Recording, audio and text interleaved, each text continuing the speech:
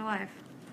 Hi everyone, this is Amy Cicero. I'm the membership manager here at Physicians for Social Responsibility, and today we're doing a Facebook Live on natural gas. We're here to talk about natural gas today, also referred to as methane, and it has emerged as a key battleground in the fight to stop fossil fuels. This is Barb Gottlieb. Hi everybody. Our Director of Environment and Health here, and she's written a new report, and it's called Too Dirty, Too Dangerous, Why Health Professionals Reject Natural Gas. So, what's in the report, Barb? Okay, well, so this is the report. We're very proud to have just put it out. As Amy said, it's called Too Dirty, Too Dangerous, Why Health Professionals Reject Natural Gas. So what this report does is it cites and it summarizes a lot of the recent research, scientific research and medical research that talks about what's up with natural gas, what are the dangers that it creates for the climate, and also more directly through conventional pollutants. So those are the two different types of harm to health that we associate with methane, and the report talks about both of them. Great. And today we're just talking about natural gas and how it affects climate change. Right. And we know that coal is a real driver of climate change because it emits so much carbon dioxide. But it wasn't the conventional thinking that this was a little bit safer, natural gas was better? Well, so that's what I think a lot of us thought for a while, and it's it's a very nice thing to think because there's a lot of natural gas available in the United States. We don't have to import it, and then of course, you know, when you burn it in your kitchen, it's got that pretty blue flame. Seems very clean, and it is clean in regard to combustion, but that's not where the problem is. The problem, well. So there are several. We'll talk first about climate change and methane as a greenhouse gas. We'll talk a little bit too about some of the other health effects associated with extracting that gas. But let's start, as you were saying, with climate change. First of all, we all know that climate change is a really big threat to health. We're not going to go into that here. That's maybe a subject for a future Facebook Live. But there are so many ways that climate change affects health, whether it's through the immediate effects of heat causing heat stroke, and which is, you know, potentially lethal. It can kill you, or increasing the range of insects that carry dangerous diseases, or whether it's extreme storms and flooding. I won't go through the whole list. I think a lot of our members know that. But the thing about methane, so methane is the major chemical component of natural gas, and methane itself is a greenhouse gas. It's a very powerful greenhouse gas. Now, the good news about methane, in case you were hoping for some good news, is that it lasts only a little bit more than 12 years in the atmosphere, and after that, it begins to break down. But the bad news about methane is that it breaks down into water vapor and into carbon dioxide, which is another greenhouse gas. And the presence of these two in the atmosphere extend the climate-forcing impact of methane for decades and decades and decades. So, over a 20-year window, methane is, according to the EPA, 86 times more potent than CO2 in the atmosphere. 86 times, and that's really the killer. And this 20-year window is critical. Let's think about 20 years.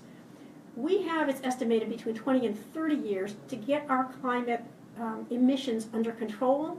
Because if we don't, within about 20 to 30 years, if things continue going the way they're going now, we're likely to see world average temperatures go up to reach the point, that critical point that they talk about, 2 degrees Celsius, more than what they were in the pre-industrial period. We're edging up in that direction. If we hit that point, well, I probably can't say it on air, we're in big trouble. Here's some of the things that scientists think might happen if we hit what's called the tipping point. The tipping point, you know, is where things pile up so much that they just kind of cascade in a way that's irreversible. So with a 2 degree or more Celsius increase in temperature, we're likely to see the Greenland ice sheet melt. And that would release so much water into the oceans that where there would be really dangerous sea level rise. Also, where there used to be ice and there's just dark water exposed, that dark water will absorb more of the sun's energy than would the ice, which would, you know, reflect it back out into space, and that would increase climate change. So that's one of the tipping points. There's concern about the Amazon rainforest experiencing severe dieback. It's, these things are so massive, it's almost hard to imagine how they could happen, but this is what scientists are talking about, and we would lose one of the planet's biggest carbon sinks. And then finally, the permafrost that exists around much of the Arctic, it's feared that it would melt, and that would release huge amounts of trapped methane, you've heard us talk about that, and carbon dioxide. So that's why the 20-year window is really critical. And that's why we insist that when we assess the impacts of methane, we really have to talk about a factor of 86 times worse than carbon dioxide. I don't like to criticize our friends and allies, but I get really upset that a lot of the big green groups are still using a figure of, methane's about 34 times worse. Yeah, it is over 100 years when more of the methane has broken down, but we don't have that kind of time. Right, well, that's a little scary. So how is all this methane getting into the atmosphere? That's a good question. We drill the natural gas out of the earth. When we drill in these, the wells, fracking wells for the most part nowadays, methane leaks out of the wells. It also leaks all through what they call the supply chain. That is, what happens after we get it out of the wells. Well, there's some processing that happens on site, and then it goes into pipelines. They've got these big pipelines, the transport pipelines that take it to some other state. It goes to the utilities, then they might burn it. They also ship some of it through our cities to our homes for that pretty little blue flame I was talking about. And it leaks at all these places. Now, it's interesting because under the prior presidential administration, there were efforts to get some of this leakage under control. So the EPA had already introduced rules that would require future wells that haven't been dug yet, to basically tighten up their operations and there are all kinds of things that engineers can do to limit the amount of leakage at the well site. And then the Bureau of Land Management did them one better. The Bureau of Land Management is part of the Interior Department, and so it manages federally owned lands. And there's a lot of fracking on federally owned lands. The Bureau of Land Management created similar type rules, but for existing wells, which is just exactly what we need right now. I'm really sorry to say that Congress and the administration are pushing back against those very common sense, very feasible, and highly necessary rules. So in Congress, for example, there's this maneuver called the Congressional Review Act that they're using now to try and sort of overthrow, if you will, these Bureau of Land Management rules that would reduce leakage. It's kind of crazy to be against stopping leakage because what's leaking is methane. Methane is the product that they're extracting to sell, right? Methane has value. You don't want it to go up, into thin air, so to speak. But there's, I guess, a kind of ideological preference on the part of the administration, and that's what they're doing. Anyway, it's entirely the wrong direction. Just to kind of mention one other point, we also have all of these wells that are no longer producing, wells that were dug 10 years ago or 30 years ago, may not have been fracking wells 30 years ago. Anyway, they're abandoned, and there's an estimated 3 million abandoned wells in the country. Yeah, big stuff, and many of them leak. There was a report. It was published in something called the Oil Field Review. It's an industry publication. It's not written by some tree huggers. And in this one, they said that about 5% of abandoned wells leak immediately. About half of abandoned wells leak after, 15 years, and 60% of abandoned wells leak after 30 years. So we've got big problems. Wow, clearly. Well, where else does this kind of leaking happen? Well, I did mention the distribution from the utilities to our homes. That's part of it. I guess before that, let me back up a little bit. So to get the gas to flow through these pipelines, they use compressor stations. They're big machines that kind of create the pressure, the push. Compressor stations leak badly. There was one study in Texas of the Barnett Shale, which is one of the big gas producing areas. And they found that compressor stations leak, and I quote, substantially higher rates than do the well pads. And then do y'all remember Aliso Canyon, that storage facility in California? It had a massive leak, and it went on from October of 2015 until February of 2016. An industry spokesperson admitted that it was what he called a mega leak, one of the biggest ever recorded. And then, as I was saying, the pipelines to your home and mine. What about in our homes, closer to home? Well, I think I don't know that inside the home is necessarily a problem. Although if your gas meter is old and leaks, it could leak too. But we do know, because there have been studies, that there are these distribution pipelines. They're probably a lot smaller. That go under our streets. So there have been studies in Boston and in Washington, D.C., where they've actually driven through the streets with these gas detectors and plotted out where these leaks are. And what they found in a 2015 study in Boston was that the leakage there was 2 to 3 times greater than had been predicted. And it's interesting because one of the things this study points out is that here we have an area that's consuming gas. It's not producing gas, and yet it represents an area of significant gas loss. Wow. So how much methane is leaking? Well, that's a point that's pretty hotly debated. The estimates for transmission and distribution, the stuff I was just talking about, is that it might be between 2 to 3%, a little bit more. There was actually a survey done last year of the different studies of how much gas is leaking, and it came up with this absurdly wide range. It said between 0.2% up to 10%. So it kind of suggests that it's not been too well defined.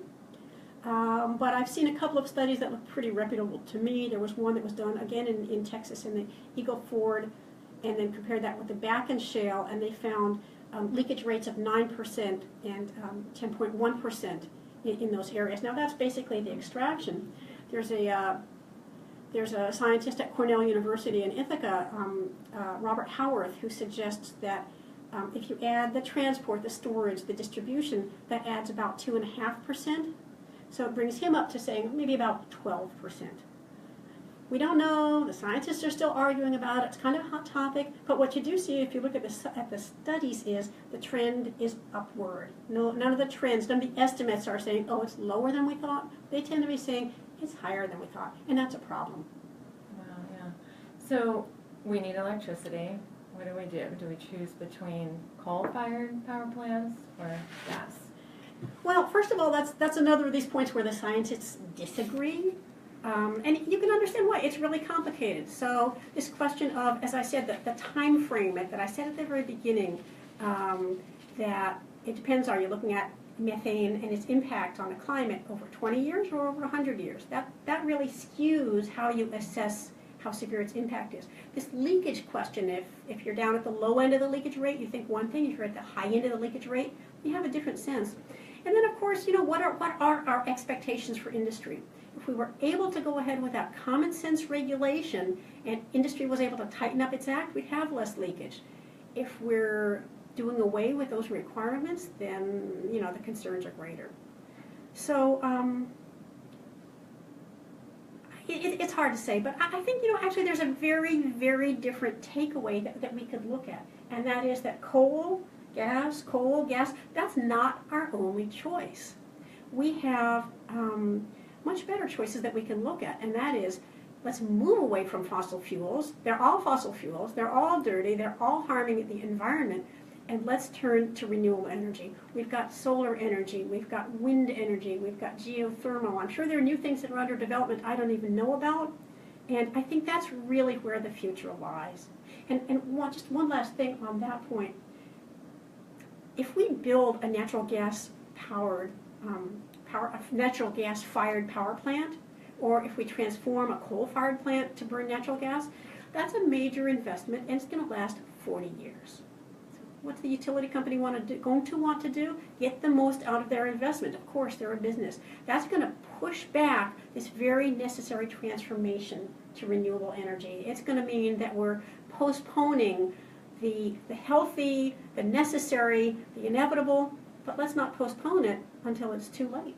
Mm-hmm, mm-hmm. So the advantages to solar and wind and geothermal is that they don't offer virtually any GHGs?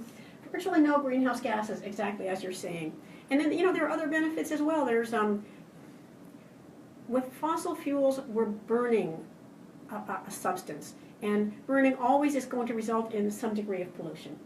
With solar, with wind, with geothermal, there's virtually no mining. I mean, okay, so there's a little bit of mining and a little bit of transportation, both of which will create some pollution, some greenhouse gases for the manufacture. But after that, we're using a fuel that is basically free. You know, sunlight, I call it the ultimate in manna from heaven. You know, it just rains down on us. It's basically free. We're not going to run out. Same with wind, same with geothermal. So we don't have the pollution, we don't have to keep buying these fossil fuels. Fossil fuels are only going to get more and more expensive because we've already mined out, you know, the easiest to access coal, the best deposits of natural gas. Fracking is a fairly extreme process, so it's not going to get cheaper. But if we turn to renewables, we're bringing ourselves better health, cleaner air, cleaner water, no environmental justice hotspots of concentrated pollution, a better planet, and in terms of heat and climate change, a more livable planet. Right. So what about the health effects of fracking? What have you found? Fracking, right. Well, I skipped over that. And I didn't really talk very much about what fracking is. I think we'll just assume for now that our audience knows something about fracking. It is an extreme extraction process. What's really interesting about the medical studies having to do with fracking is that they've matured, they've reached a new point. So what we used to know about fracking was that it caused a lot of air pollution, it caused water pollution, it was putting really, really dangerous substances into the atmosphere. Some of the things that are associated with, some of the pollutants associated with petroleum products, the so-called BTEX complex of things like benzene and xylene, you know, known carcinogen, known effects on the neurological system. The volatile organic compounds, they contribute also to the formation of ground-level ozone, very dangerous effects on the lungs. It can cause permanent lung damage. Okay, anyway, that's what I said I wasn't going to get into, but let me tell you about the new medical studies. They're really interesting. So what we knew before was that fracking causes pollution. Pollution is a risk factor. Well, the new studies have gone beyond identifying risk factors. They're finding associations, statistical associations between things like living close to a fracking site and actual health outcomes. Health outcomes is medical speak. What it really means is people are getting sick, and they can show that statistically now. So I'd like to talk about two reputable studies, and if you don't mind, I'm going to use my crib notes here because I didn't bring my crib notes. Let me borrow your crib notes. Go right ahead. I want to be sure I want to get these details right because I actually find, and I'm not a doctor, okay, I'm a lay person, but I find these studies really interesting, and so I want to share a little bit of the detail. The first one was done in 2016, and it was published in the Journal of the American Medical Association, JAMA. That's top of the line. That's really kind of the gold standard to get published in JAMA. And what these researchers found was a statistical association between progressively worsening asthma symptoms and how close the patient lived to the fracking site. So what they did was they reviewed a huge number of electronic medical records. They reviewed records of over 35,500 patients with asthma in these, I think this was in Pennsylvania. And they also studied the fracking operations that were happening nearby, and I mean, they were really thorough. So how far did the person live from the fracking site, but also how deep was the well? What phase of well operations were they in? How much gas was being extracted from this well? And then they took these different metrics and they developed an index which kind of compiled them all together, and then they compared that to where the person lived. And what they found was that there was a statistical association between the closeness factor and the increased risk of asthma exacerbations. So these are people who already had asthma, and they looked at how many people had to go to the doctor and get new corticosteroid medication, how many people went to the emergency room, and how many people, because of their asthma, had to be hospitalized. So that's kind of the range, and it's, you know, it gets pretty serious, it gets pretty scary, and they found that there's definitely this statistical association. I almost misspoke. They did not find causality. They can't say, oh yeah, fracking caused this disease. Well, you know, so that's where we are with the science right now. I would just say I think it's perhaps it's a little bit comparable to smoking and cigarettes. I can't say that the last cigarette you smoked, Amy, she doesn't really smoke, caused lung cancer. But when you get enough of this evidence mounting up, I think the conclusion is fairly clear. The other study, if anything, is at least as troubling or if not more troubling. And here I think it's really important that people learn and really absorb the degree, the severity of the risk from fracking. So we've got asthma pretty well nailed as associated, and for a long time we've been hearing this anecdotal stuff about people who live near fracking. They have unbelievable headaches, inexplicable exhaustion, nosebleeds. Let me tell you about this study that was also published last year. It was published in a peer-reviewed journal called Epidemiology. Again, statistical association. This was a statistical association between expectant mothers living in the most active fracking areas in, I think it was 4 counties in north and central Pennsylvania. They looked at electronic health data. They looked at over 10,000 births. So that's what they were looking at from these expectant mothers. And then they looked at, so where did these women live, and so this is the one that has how deep were the wells, how much gas was being produced. The other one, I got the details wrong, I apologize for that. But again, the same kind of thing. They look at the various factors, they create a mathematical index that allows them to compile them. And what they found, and this is really, really scary, is that expectant women who were living in what they deemed the most active fracking areas were 30% more likely to have a premature birth and 30% more likely to be at greater risk of a high-risk pregnancy, 40% higher risk of premature birth.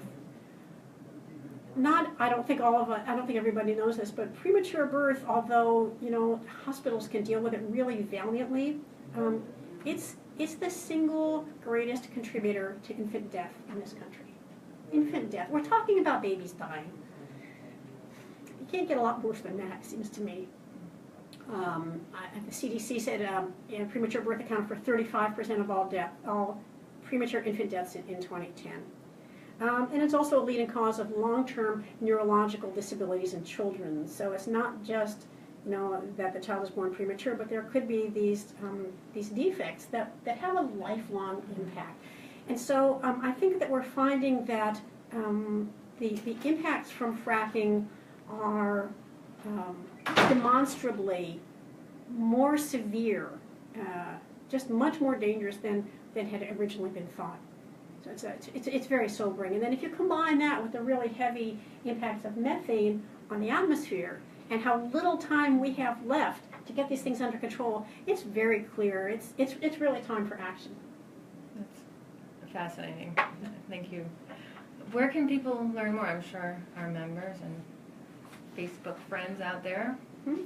So here's our report, Too Dirty, Too Dangerous. And the best place where you can find it, the easiest place is PSR.org. PSR.org, exactly. The PSR website, PSR.org. And I've showed you the cover is that kind of orangey brown. You'll find it right there on our homepage. So I hope you'll go to it. And I'll just say one more thing for those of you with a really deep interest in this topic. The report is heavily footnoted. I think there's like 159 footnotes in there. And if you look at it, if you download it electronically, there's a link to almost every source. So you can actually go to the original source material and check this out for yourself, and then carry this information on to your neighbors, to your legislators, and really let this be a tool as we work to stop the natural gas rush and turn our country in the direction where we need to go, which is renewable energy and energy efficiency. Absolutely. Thank you. Thanks for watching. Thanks, everybody.